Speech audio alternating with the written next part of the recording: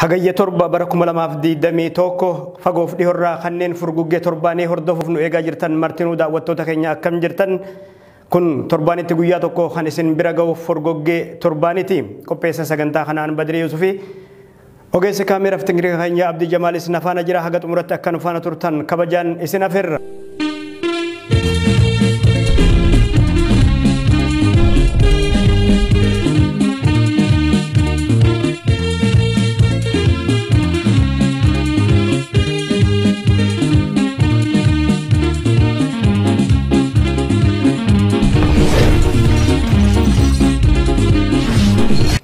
Lolli kaaba Itoophiyaa keessatti adeemsifamaa jiru ammas akkuma itti fufetti jira. Godinaalee Oromiyaa garagaraa keessattis akkasuma gama biraatiin maqaa ABO shanee jedhuun ajjechaa fi hidhaan humnoota mootummaatiin lammiilee nagaa irratti adeemsifamaa jiru akkuma itti fufetti jira. Sochiileen kibbaa fi lixa baha Oromiyaa akkasuma jiddu galeessa Oromiyaa keessatti waraanni bilisummaa Oromoo adeemsisaa jiru uwwisa miidiyaalee haa dhabuu malee caasaalee mootummaa irratti dhiibbaalee cimaa adeemsisaa jira. Sochiileen waraanni bilisummaa Oromoo godhaa jiru kun godinaalee duraan hin dhaqqabinitti illee tarkaanfatuudhaan gara baha Oromiyaa Harargee lixaa aanaa mi'eessoo naannawa magaalaa Asaboot keessatti milishoota mootummaa irratti tarkaanfiin fudhatamee jira. Haleellaa humnaa waraana bilisummaa Oromoo Harargee lixaa magaalaa Asaboot kanaan miseensonni milishaa naannichaa 4 yoo ajjeefaman kanneen biraa hedduunis madaa'uu isaaniitu gabaafame. Naannawa Arsii aanaa Muunessaa keessattis waraanni bilisummaa Oromoo duraan garasitti dhagaameen beeyne mul'atu isaati kan gabaafamaa jiru. Yaalin rakkoo siyaasaa xaxaa dhufe karaa nagayaatiin furuu ammas karaan isaa danqamaa jira. Kunis karaa mootummaatiin jechuudha. Humnoonni TPLF naannolee Amaaraa fi Afaar keessatti lolarra jiraniif if duuba deebi'aa waan jiran hin fakkaatan. Mootummaan federaalaa ammoo tibba kana ibsa baaseen garee TPLF adamsee barbadeessuu isaati kan himataa jiru. Faallaa kanaa garuu humnoonni TPLF akkuma amma dura baratan humnoota mootummaan bobbaafaman kuma hedduu ajjeesuu fi booji'uu himataa jira. Addatti meeshaalee waraanaa gurguddoo raayyaa ittisa biyyaaf humna addaa naannoleerraa bobbaafaman irraa booji'e ammayyaataan hiikkatee agarsiisaa jira TPLF. Gama biraatiin mootummaan federaalaa Itoophiyaa humnoota kanarra aanuuf jecha mooraalee leenjii Birshalaqoo fi Huursorraa humnoota leenjisaa ture eebbisiisee jira. Qondaalli waraana Itoophiyaa Baacaa Dabalee ibsaa tibba dabre kennan keessatti humni TPLF armii tokkoffaa jedhamu guutummatti barbadaa'ee jiranii jiran. Akka inni jedhutti humni TPLF Jeneraal Magaayin hoogganamu armii tokkoffaa jedhamu naannolee akka Humaraa Dabarqii fi Dabaat qaxxaamuruun gara Gondaritti seenuuf turan haleelamanii barbaadaanii jiru. Humni armii lammaffaa Meejar Jeneraal Yohaannis Waldaa Giyoorgisiin durfamus kutaan waraanaa lama gaashaanatti haleelamee barbadaa'uu isaa Baacaa Dabalee ibsa maddeen oduu biyya keessaaf kennaniin ibsanii jiru. Bifuma wal fakkaatuun armii sadaffaa humni jedhamu kan Birgaadeer Jeneraal Fissahaa nama jedhamuun hoogganamu barbadaa'uu isaa qondaalli waraana Itoophiyaa kun himanii jiru. Garuu himata mootummaan Itoophiyaa himatu kana maddeen walabaa mirkaneessan hin argamne. Amma dura muummichi ministeeraa Dr. Abiy Ahmad TPLF torbaanota 3 keessatti akkan kaanetti barbadeessine jechuun isaanii kan yaadatamu.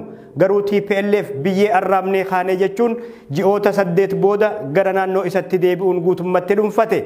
Haleellaa kanaanis miseensota humnaa TDF kuma hedduu ajjeesuu fi kumaantaman madeessuu akkasuma booji'ullee dubbatanii jiru. Baacaan garuu faallaa kanaa TDF gama isaatiin adda waraanaa mootummaan Itoophiyaa injifannoo irratti argadhee jedhu kanarratti injifannoo gonfachuu isaati kan ibse.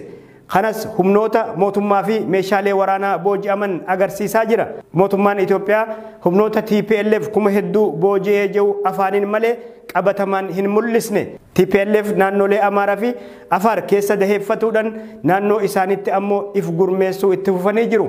Mootummaanis garee TPLF gara Gondaritti fuula deeffatee ifirraa faccisuuf jecha mooraalee leenjii keessaa humnoota isaa yeroo gabaabaa leenji'aa turan eebbisee bobbaasaa jira. Haaluma kanaan jidduu kana mooraa leenjii jiddu galeessaa Birshalaqoo jedhamurraa marsaa 34ffaa kumaantamaan lakkaa'aman eebbisee bobbaase mootummaan Itoophiyaa. Sirna eebbaa kanarratti muummichi ministeeraa Dr. Abiyyi Ahmadii fi hooggantoonni olaanoon federaalaa kan argaman yeroo ta'u, bifuma wal fakkaatuun jiddugala leenjii Huursottis waraanni kuma hedduu ta'an leenji'anii bobbaanii jiru. Garuu leenjiin kennamaa jiru kun qulqullina kan hin qabnee fi gita TPLF akka hin taanedha maddeen kan gabaasaa jiran. Kana malees maqaa leenjii gaachana sirnaa jedhuun humnoota gandeenii fi aanaalee keessatti leenjisuu itti fufee jira mootummaan federaalaa Itoophiyaa. Garuu namoonni leenjii kana humnaan fudhataa akka jiranii fi kanneen didan irratti tarkaanfiilee fi adabni adda addaa fudhatamaa jirutu gabaafamaa jira. Lammiileen biyyattii fedhii isaaniin ala qabeenya isaanii kan akka sangoota fi maallaqaanis raayyaa ittisa biyyaa akka deeggaran dirqamni itti laatamee jira.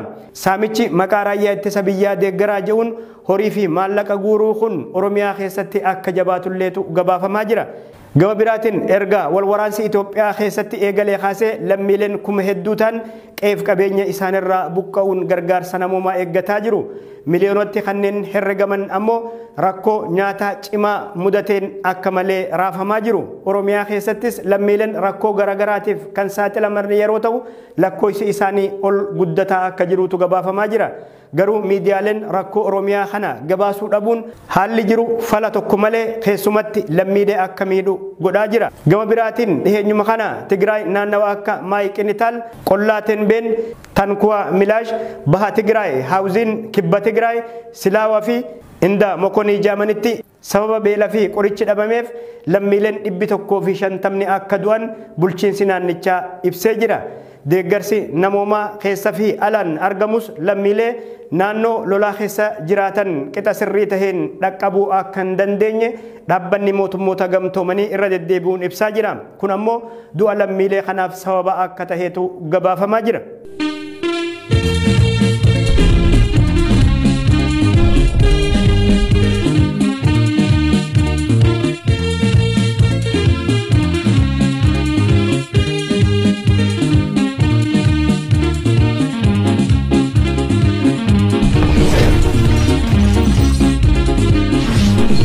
Biyyoota Afrikaa garagaraa keessatti hokkora siyaasaa dhalatuun aangawoota mootummaa fi uummanni siviiliin ajjeefamuun baratamaadha.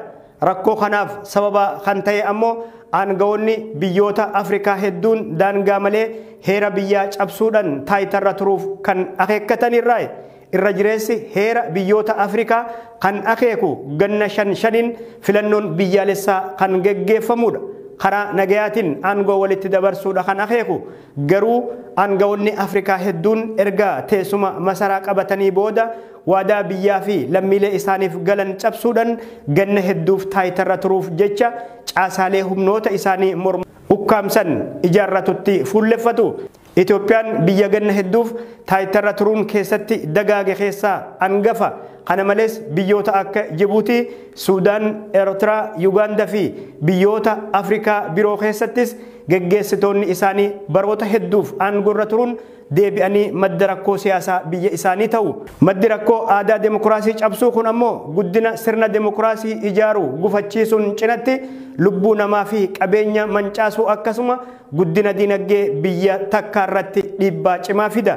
Humnoonni siyaasaa yaada fooyyee biyya isaaniif hawwan qaawa ittiin gara taayitaa dhufan yoo dhaban qawwee kaasanii loluu fi fonqolcha mootummaa yaalutti fuulleffatu. Kunis biyyoota hedduu keessatti mul'atee jira.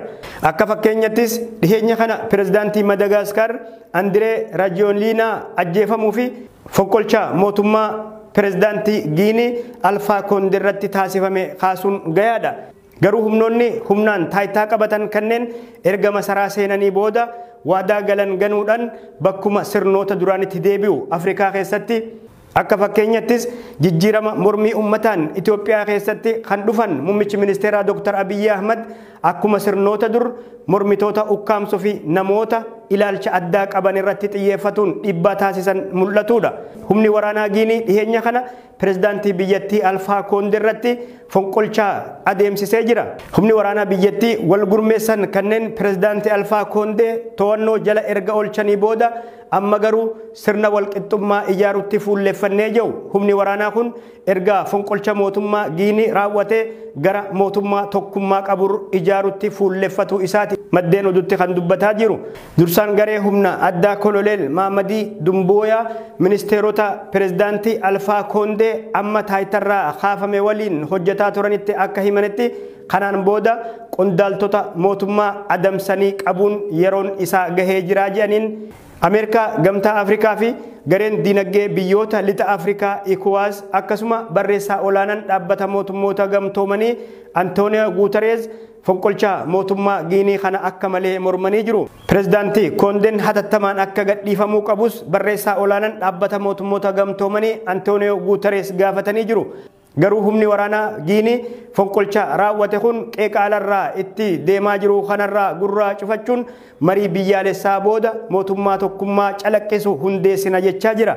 Aangoonni mootummaa Alfaa Koondees qabeenya mootummaa konkolaataa fi kan biraatis humna waraanatti akka dabarsanii laatan irra deebiin akeekkachiisanii jiru.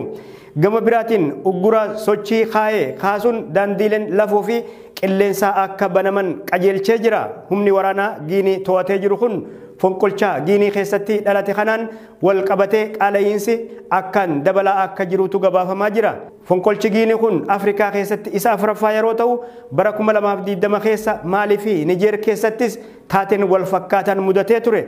Itoophiyaa keessattis erga jijjiiramni dhufee bulchiinsi muummicha ministeera Abiyyi Ahmad waadaa lammiilee Itoophiyaatiif hawaasa addunyaa fuulduratti galan ganuudhaan sirna abbaa irrummaa ijaaruutti fuulleffatanii jiru. Naannoo rakkoo siyaasaa fi gaaffiilee eenyummaa bu'uura ta'e qabdu Oromiyaa irratti irree isaa kan jabeeffatan muummichi ministeera Abiyyi Ahmad jeequmsa siyaasaa fayyisuun rakkisaa ta'es uumanii jiru. Paartiilee siyaasaa Oromoo moggeessuun cinatti miseensota isaanii gameeyyii jalaa hidhuun waajjiraalee isaanii guutummatti cufee jira. Gama biraatiin humnoota afaan qawweetiin isa morman shororkeessan himatee marii siyaasaa fi hirmaannaa siyaasaa biyyaalessaa keessaa baasuun alagoomse muummichi ministeera Abiyyi Ahmad.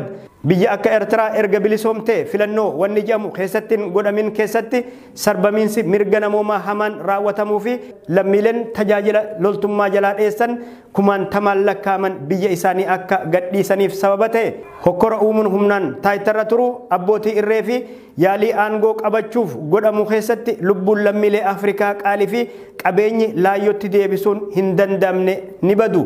Kun ammoo guddina diinagdee Afrikaa qancarsuun cinatti imala sirna demokiraasii ardii Afrikaa akka malee danqee jira.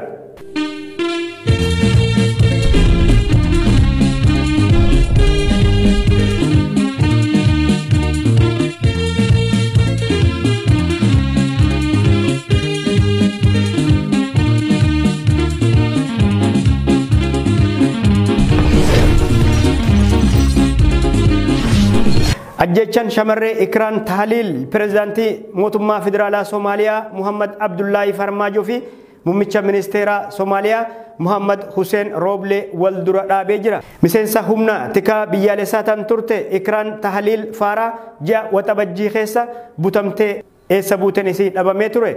Ukkaanfamuu shamarree tanaaf Al-Shabaab kan himatee ture mootummaan federaalaa Soomaaliyaa gareen Al-Shabaab garuu tarkaanfiin keenya ifaadha. Waan hojjanne jennee amanna garuu ajjechaan Ikraan dalagaa teenyaa miti jechuun ifirraa achi fageesse. Muummichi ministeeraa Soomaaliyaa Muhammad Hussein Roble ajjechaa siyaasaa raawwatame kana booda hoogganaa humna tikaa biyyattii Fa'aad Yaasin hujirraa ugguran. Garuu pirezidaantiin biyyattii Muhammad Abdullaahi Farmaajoo hoogganaa tikaa Muhammad Yaasin taayitarra akka turaniif ajajan. Tarkaanfiin aangoo wal faallaa fudhatame kun ammoo muummicha ministeeraa fi pirezidaantii biyyattii Farmaajoo jidduutti rakkoo uumee jira. Tan umriin ganna 25 taate fi miseensi humna tikaa Ikraan Tahliil ji'a waxabajjii dabree keessa konkolaataa mootummaatiin galgala bakka hojiitti fudhatamte haati ishii maddeen oduutti himte. Fudhatamuu ishiin dura qondaalli tikaa tokko itti bilbilee hojiif akka ishii qunnamuu fedhu itti himee akka ture. Ikraan ajjeefamuu isiitiin dura haadhatti himuu isii haati isii BBCtti himtee jirti. San booda konkolaataan fudhatan erga waajjiraa fudhatamtee garuu bilbilli isii cufamee sagaleen ishiitis achumaan dhabame. Fa'aad Yaasin bara 1978 keessa Keeniyaa magaalaa Mandheeratti kan dhalatan yeroo ta'u barumsa isaaniitis biyya Paakistaanitti baratanii akka xumurantu himamaa jira. San booda garuu marsaalee hawaasummaa irratti dhimmoota siyaasaa jajjaboo irratti barreessuudhaan nama baratamaa dhufan. Fa'aad bara 2005 hanga bara 2011tti miidiyaa guddicha addunyaa Aljaziiraaf nama hojjetaa ture. Duula filannoo Somaaliyaa bara 2012 qooda fudhachuudhaan waltajjii siyaasaa irratti kan mul'ataa dhufe hoogganaan tikaa Somaaliyaa bara bulchiinsa Umar Abdurashiid ammoo ministeera geejjibaa fi galaanaa ta'uudhaan biyya isaanii tajaajilanii turan. Dhiheenya kana ammoo Eertiraatti imaluudhaan leenjii loltummaa fudhatanii jiru. Filannoo bara 2016 irratti michuu Farmaajoo ta'uun milkeessuu keessatti shoora guddaa taphatanii jiru. Garuu ajjeechan suukanneessan dubartii gola waajjira isaanii keessatti hojjetaa turte Ikraan Taaliil irratti raawwatamte Farmaajoo fi isa akka malee wal dura dhaabe. Gareen Al-Shabaab ajjeechaa ittiin shakkame kana haalee ifumaaf lubbuu balleessitan wal gaafadhaa jedheen muummichi ministeeraa Muhammad Hussein Rooblee erga haadha dubartii ajjeefamtee tana qaaman dhaqanii dubbisanii booda hoogganaa tikaa biyyaalessaa kan aangorraa kaasan. Waldura dhaabbannoon pirezidaantii Somaaliyaa Muhammad Abdullaahi Farmaajoo fi muummicha ministeeraa biyyattii jidduutti dhalate kun yeroo filannoon biyyaalessaa Somaaliyaa adeemsifamuuf itti deemamaa jirutti. Kana malees siyaasaa Somaaliyaa yeroorraa gara yerootti hammaataa dhufe daran jeequu mala jedhamee sodaatamaa jira. Tole daawwattoota keenya kanarraaf jenne haganuma waan nu daawwattaniif ulfaadhaan Badri Yusufi qophii biraatiin wal agarraa hangasittuu nageenya.